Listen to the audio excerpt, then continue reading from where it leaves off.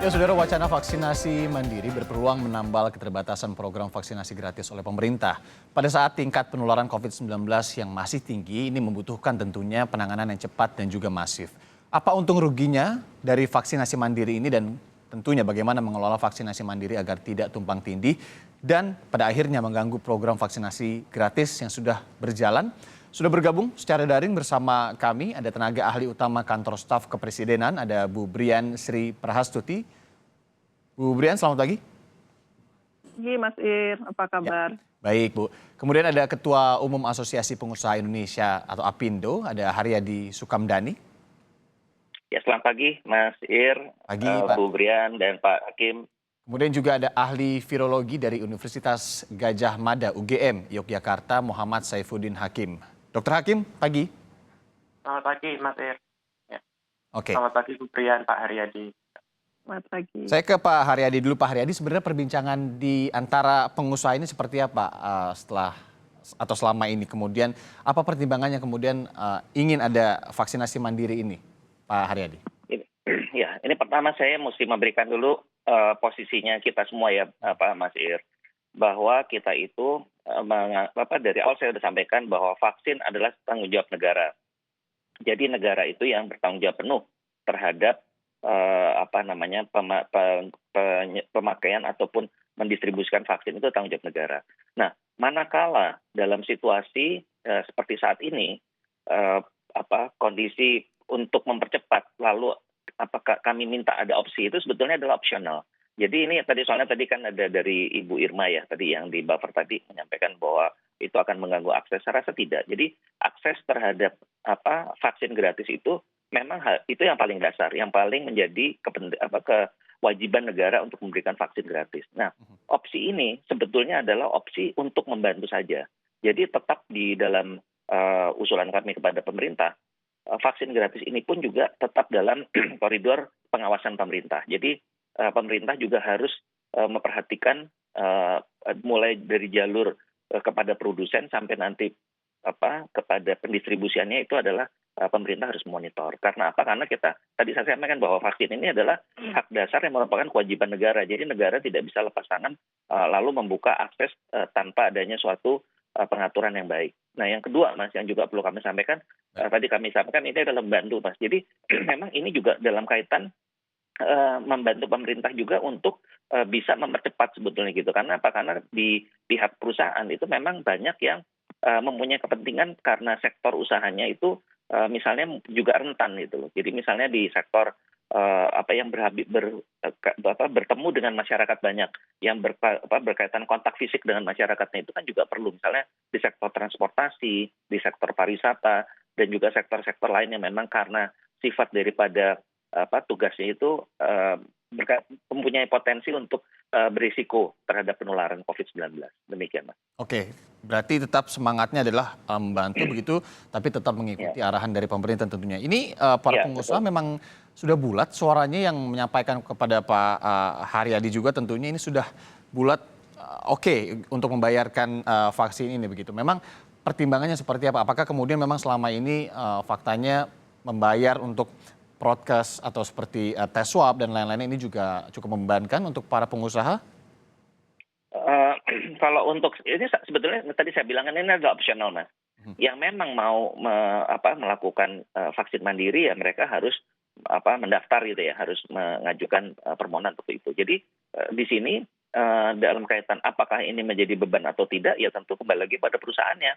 Dan menurut pandangan kami, nantinya kalau ini dibuka, saya yakin juga yang ikut itu jumlahnya relatif lebih sedikit, Mas. Gitu. Nggak banyak juga perusahaan yang punya kemampuan dia untuk melakukan vaksin secara menyeluruh terhadap karyawannya. Itu menurut saya nanti bisa dilihat kok. Itu nanti seperti apa kondisinya. Oke, Pak Haryadi, Gitu, yang terbayangkan dari para pengusaha ini, opsional ini bisa diartikan seperti apa? Opsional bagi perusahaan-perusahaan ingin ikut atau tidak, atau misalkan satu perusahaan ini sudah ikut atau bisa ikut di program vaksinasi mandiri, opsional untuk karyawannya boleh ikut atau tidak, atau seperti apa?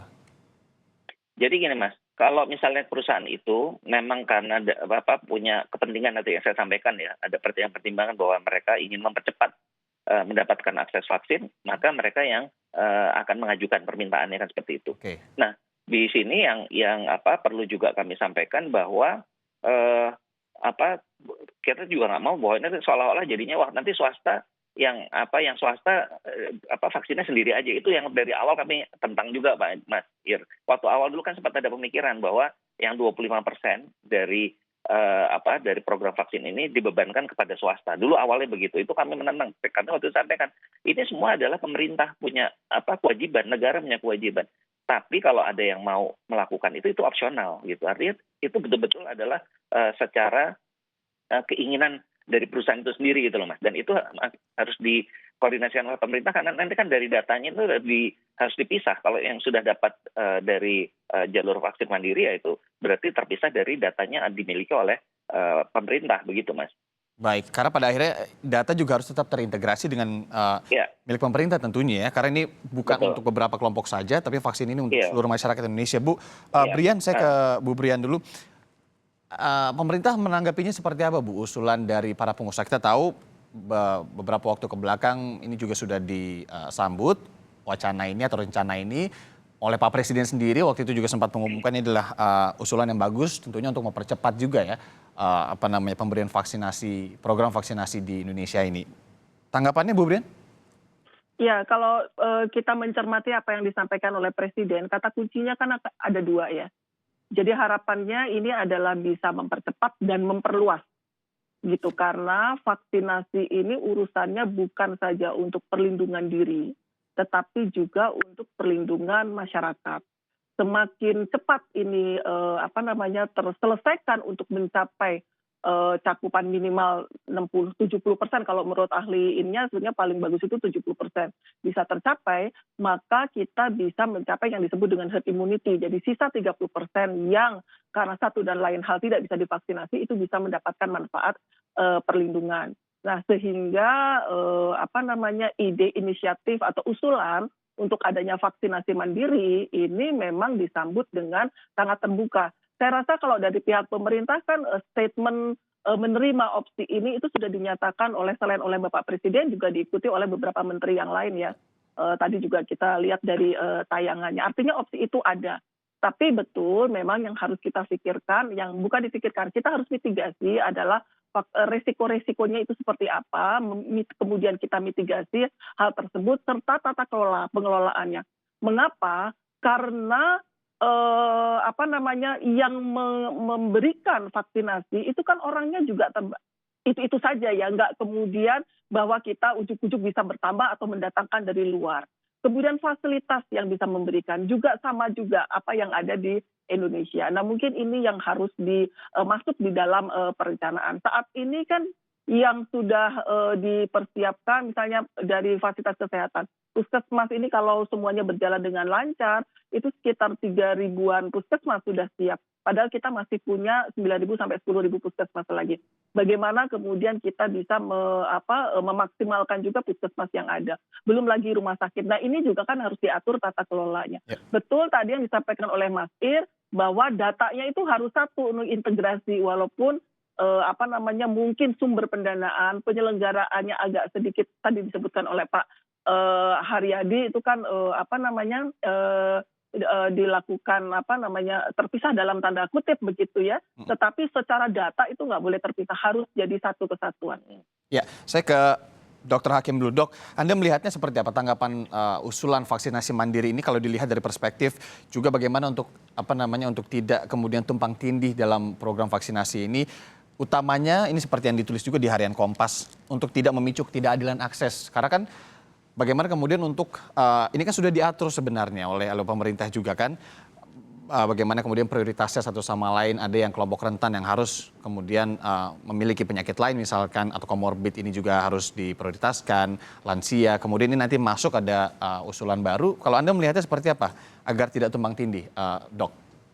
Ya, jadi isu equal access terhadap vaksin ini kan bukan hanya isu regional atau lokal di suatu negara, tapi juga isu yang di dunia ketika kita menghadapi pandemi. Ya, kalau di dunia itu ada isu equal access antara developing dengan developed countries. Okay. Ya, sehingga kita tahu di dunia itu ada CEPI, Coalition for Epidemic Preparedness and Innovation.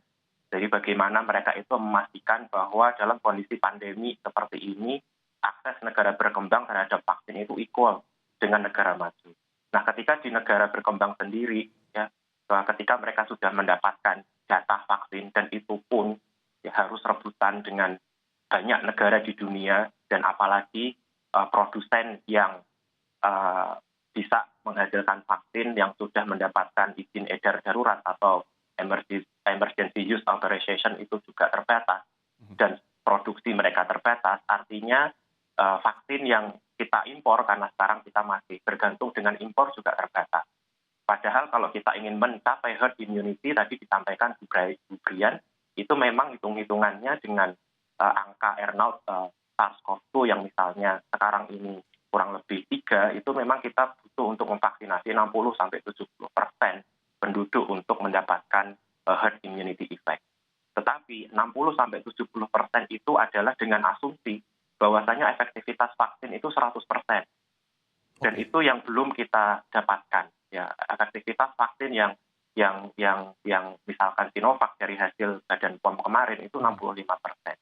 Dengan kondisi real data seperti itu, secara hitung-hitungan untuk mencapai herd immunity effect, maka sebetulnya jumlah populasi yang kita butuhkan untuk mencapai herd immunity itu lebih dari 70%.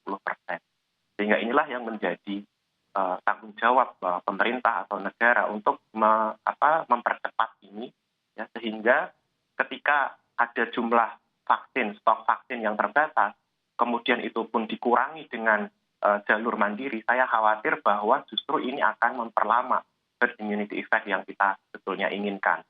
Karena apa? Karena vaksin ini bukan suatu intervensi yang kita inginkan untuk individu. Jadi buat apa herd immunity itu sangat tinggi di suatu wilayah lokal, misalnya pengusaha-pengusaha yang bisa afford untuk membeli vaksin ini secara mandiri itu hanya berkumpul di suatu wilayah atau area tertentu, dan ini tidak distribute equal dari barat sampai timur Indonesia, maka kita akan mendapatkan proporsi vaksin coverage yang bervariasi antar daerah.